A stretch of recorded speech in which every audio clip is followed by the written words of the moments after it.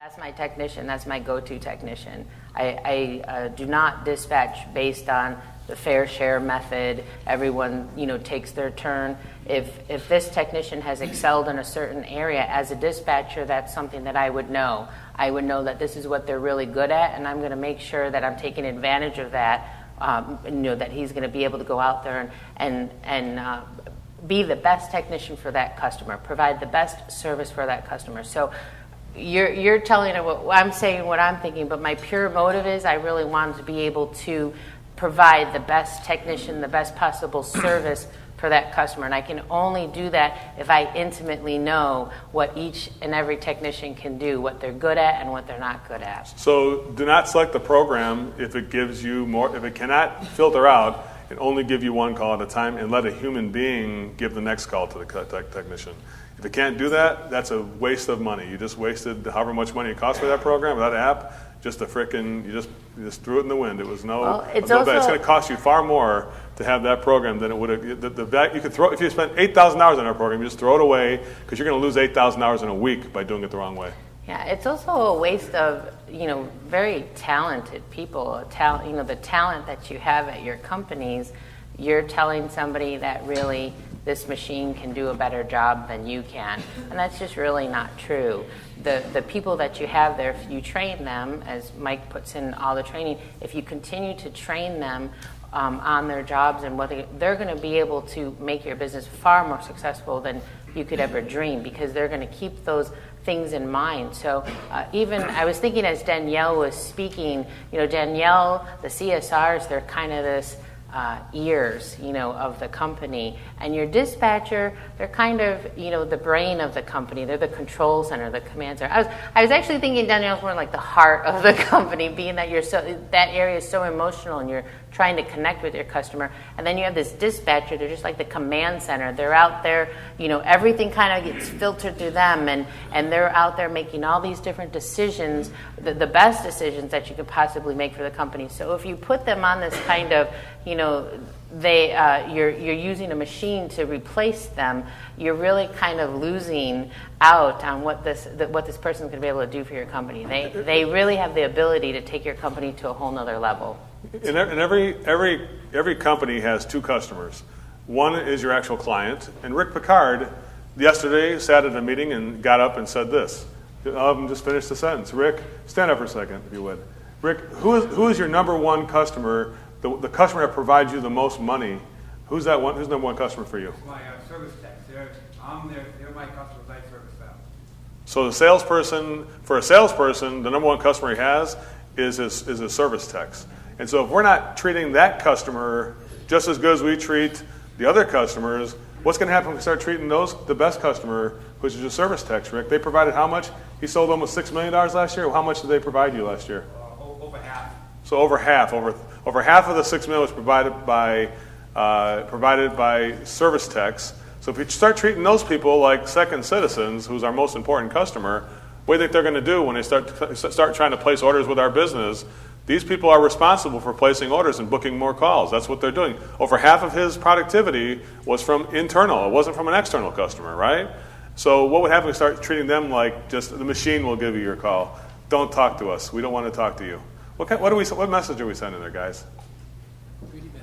That's it. We're just what greedy motive you said? I said bad. A bad motive. It's a kind of a greedy motive. It's like I don't want to talk to you. Our customers, they're first class. The ones who actually give us less calls, they're the people we're going to blow sunshine up their rear end. But you get out there and work, Henry. I don't want to talk to you, right?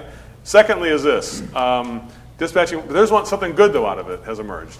The history of the calls, obviously, can be given to technicians. The calls they did before, or with the customer history, right? However, we have some issues with that too, Julie, don't you? Well, I disagree. I don't know where you're. No, I think there's a good part of it. The history can be available via technology. They can look at the call, right? However, what's the timing like? What about that? Well, I think some of the issues with the softwares that are out there and the technicians are able to see the history is that really. Now, if I'm a technician, I'm on a job and I'm going through and I'm like, okay, let me see what was done here last time. And I go, look, Joe was out here last time. You know what? I'm going to call him and I'm going to ask him what he did or what he recommended. And Joe's like, I call him up and I'm like, hey Joe, I'm out here and Susan Smith, she wants to go ahead with this estimate. And Joe's gonna be like, what the heck? I quoted her that job. I should be out there getting the job. So I think, although the history I think is great, I think the dispatcher should be going ahead and telling your technicians what the history is of each client as we're going out there. I think that your technicians having that technology from them is going to cause some other internal issues that you may not want. So that's my thought on it. That's my opinion. Well, it may cause a mind reading. Yeah, mind reading, yes. Billy Billy said this last time. He diagnosed this last time, and they didn't go with it. So guess what this guy does if he has access to the history before he goes to the call, and so Billy, the guy who's like doesn't know his AA from a hole in the ground, said that they need a new thermostat. So guess what the next tech is doing for like 45 minutes when Billy, who didn't know his A from a hole in the ground, what's the next tech doing right now? Looking at a thermostat, he's going, it seems like it's good. What the hell is Billy talking about? And 45, he may even do this. Hey, I need to stop. I got the history. It says we need it. Billy quoted a thermostat. I'm going to stop back. He's not even going to tell anybody. Guess what he's going to do? Wouldn't it be a dream if he actually called you and did this? But instead, here's not going to call you. Put that phone down. He's going to say, yeah, shoot, I used my last thermostat in the last call. I might as well backtrack another 45 minutes to the shop and get what first? Get a thermostat. And then get to the call and spend 45 minutes looking at thermostat, and actually the thermostat's good. What's the problem? Well, not thermostat at all. It's a bad relay. Something like that, right? And you spend 45, and now you spend how much? 90 minutes of the time backtracking. The dispatcher says, I thought you were at the call 20 minutes ago. What happened? Well, I said I needed a thermostat last time. Billy was out there. You see what I'm saying there, guys? Be very careful. Here's how I think it should go.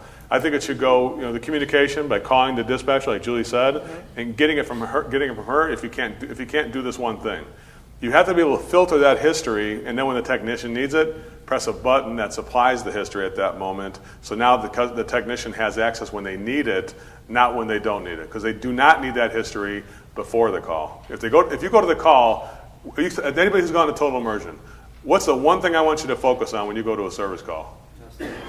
What? Yeah, what do I tell you to bring into a call, as a matter of fact, when you first go to call? Not one damn thing. Not an iPad, not even, just your hand. I always have a joke. Just bring your hands.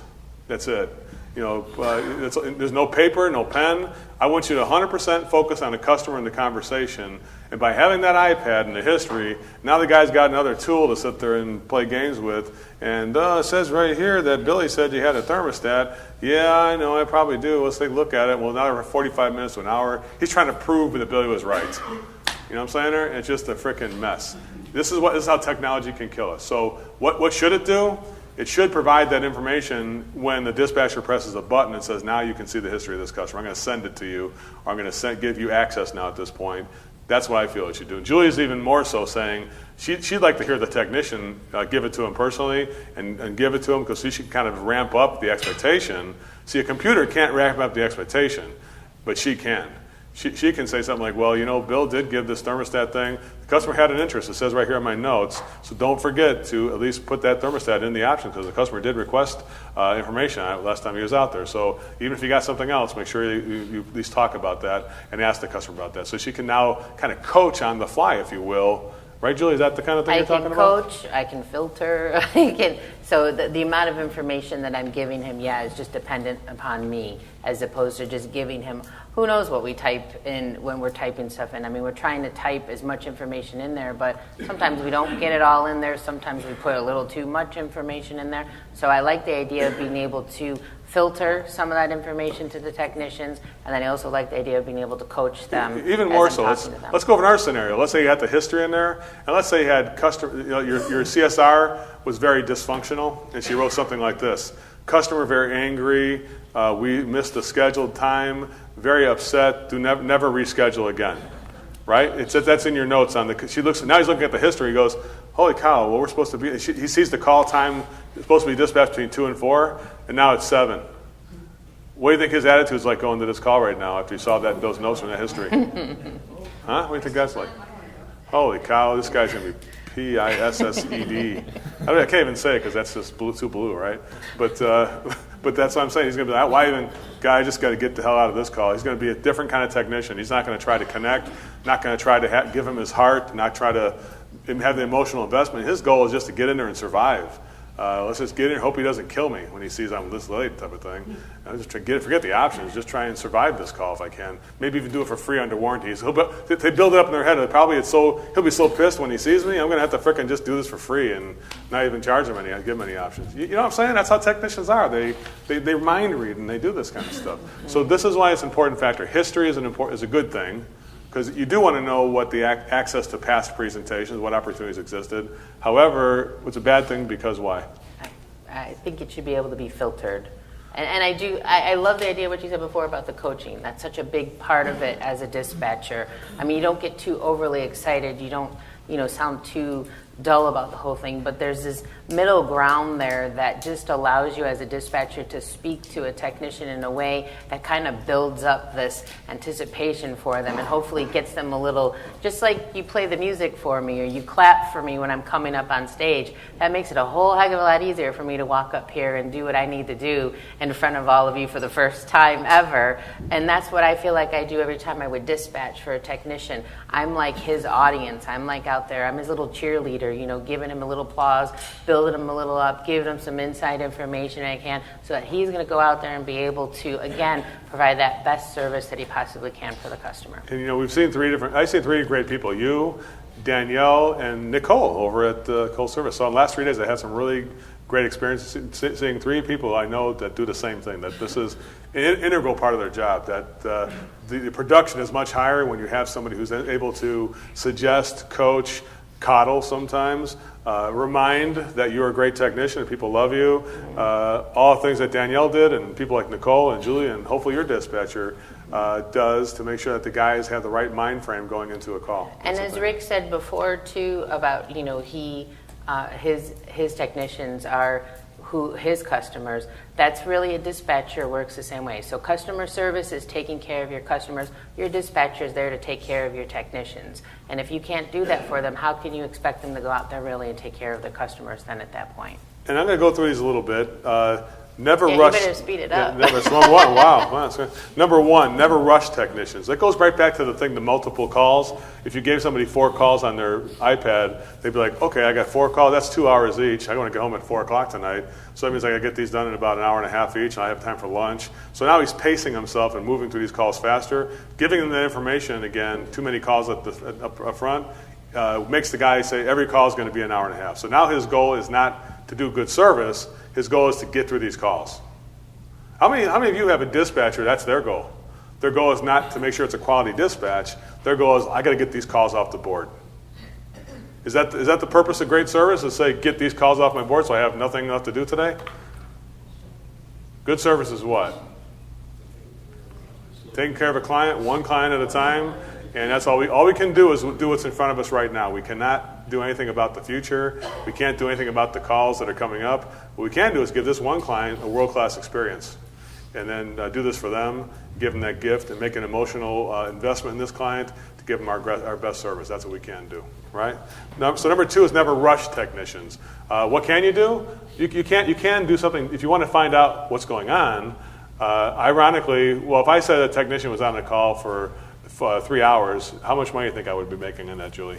I hope I'd be making at least $1,200. Yeah, at least. I More. mean, if there was no parts or anything, so $2,000, $1,200, $2,000. Half a day, like that. $2,000 is usually what If I you're a $1 say. million tech, half a day would be $2,000, right? So hopefully he's getting $2,000 on that call. So here's the thing about it: rushing people, you can't do a $2,000 call in 45 minutes. That's now you're getting into rip-off area. You want to be exposed on the news and be part of the Channel 5 sting or whatever. Go ahead, do $2,000 calls and get out there in 45 minutes and pace yourself and try and push through that schedule.